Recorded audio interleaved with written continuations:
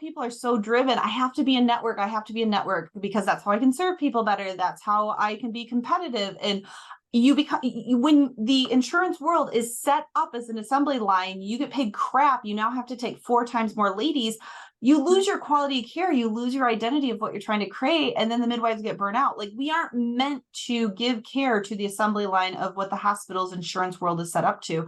So I see a big correlation. The 2 things I see with the birth centers and midwifery practices and challenges on those practices are business education and not knowing what they don't know, and the billing. A lot of them choose to do in network. Like, there's certain situations, if someone chooses a nonprofit, they've got multiple income streams, that their revenue isn't only the birth side, then they can make it work. But otherwise, if they're very dependent on in network, and now there's a bunch of transfers and they've got to think 9 months in advance, it's very stressful and hard to handle the ebbs and flows of what our birth world does with being in network.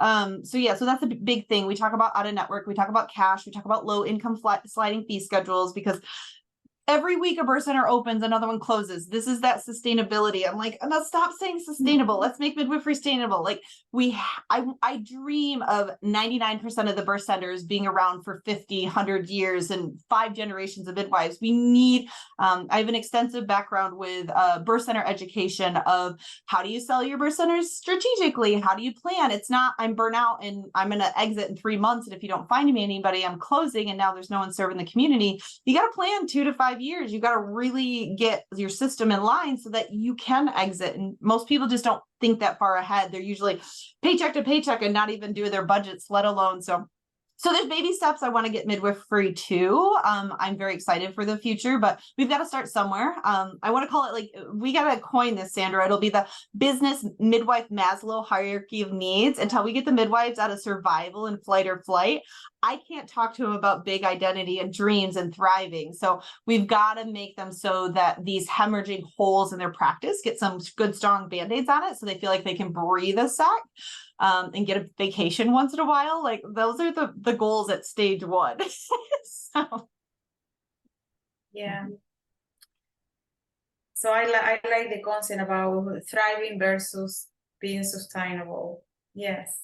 Yeah, sustainable means same. Like, when people say, let's make midwifery sustainable, I'm like, no, I don't want to make it sustainable. No. So, but yeah, I think a part of the big thing is getting that abundance versus scarcity mindset. I think too many midwives, the fear of, we only get 2% of the population. I'm not going to train people because I don't want to train my competitor, or there's very few women that fit this or find this. And my head instantly goes, 80% of the population is low risk, normal, healthy, and could be with a midwife, could collaborate. Like, we could not handle the load of what we could actually serve. We're not ready for it. So we have to get, like, the basic foundation so that we can start aggressively marketing and showing the potential to the bigger society. We can't even handle the little underground referral basis that most home birth centers have, let alone really shouting out the rooftop how amazing we are.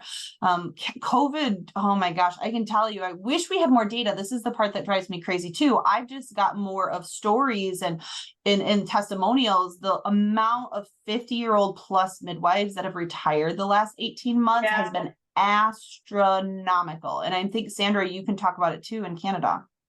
Oh my God, here there is a really, we are, I teach at the university, and we are having right now problems because we need more midwives, but we don't have people that can teach.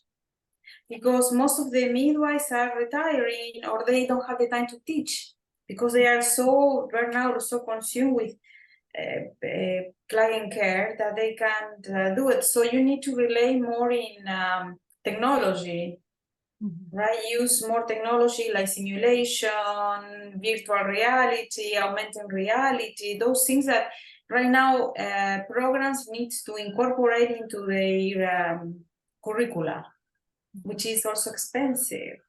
Yeah. And it's not the same. I mean, holding a laboring mom and a baby coming out versus like a machine. But it's a starting point. It is. But yeah, it's not those things you need. But there are some things that you will need to rely on technology, unfortunately, because the people cannot. There is a scarcity. The source of having the midwives teaching is not there. Yeah. Yeah, I think it's really important. Like, I'm grateful Home Birth Academy, I'll put a plug in for them. They found a need. They're two home birth CNM CPMs that created an amazing resource, particularly for nurse midwives that want to travel from, I've never got clinical sites outside of the hospital. I know nothing about outside of the hospital, but I want to for one reason or another. And so helping to bridge these educational barriers that each one of us have. I love practices where CNMs and CPMs and LMs all work together because we all bring such different strengths, but a lot of regs make it difficult. But yeah, I wish every midwife would have a student, but they have to be in a strong place to support that. If you're in survival mode, you're not, this student's going to have a bad experience. The burnout, the turnover of students, let alone the midwives. Like, yeah, so I'm very passionate. Sandra and I talk about it often. We're trying to break down barriers, not just with business education, but a midwifery school that fits the nice balance. Like, you can actually tap into FAFSA, and you actually cannot have your soul felt like it's sold to the devil because you owe $500,000 in debt after school, and now you only have one choice or the other of what you can do for working. So there's a lot of barriers to make midwifery accessible and expandable, but I think we're trying really hard, one step at a time, to tackle each of those and interconnect them.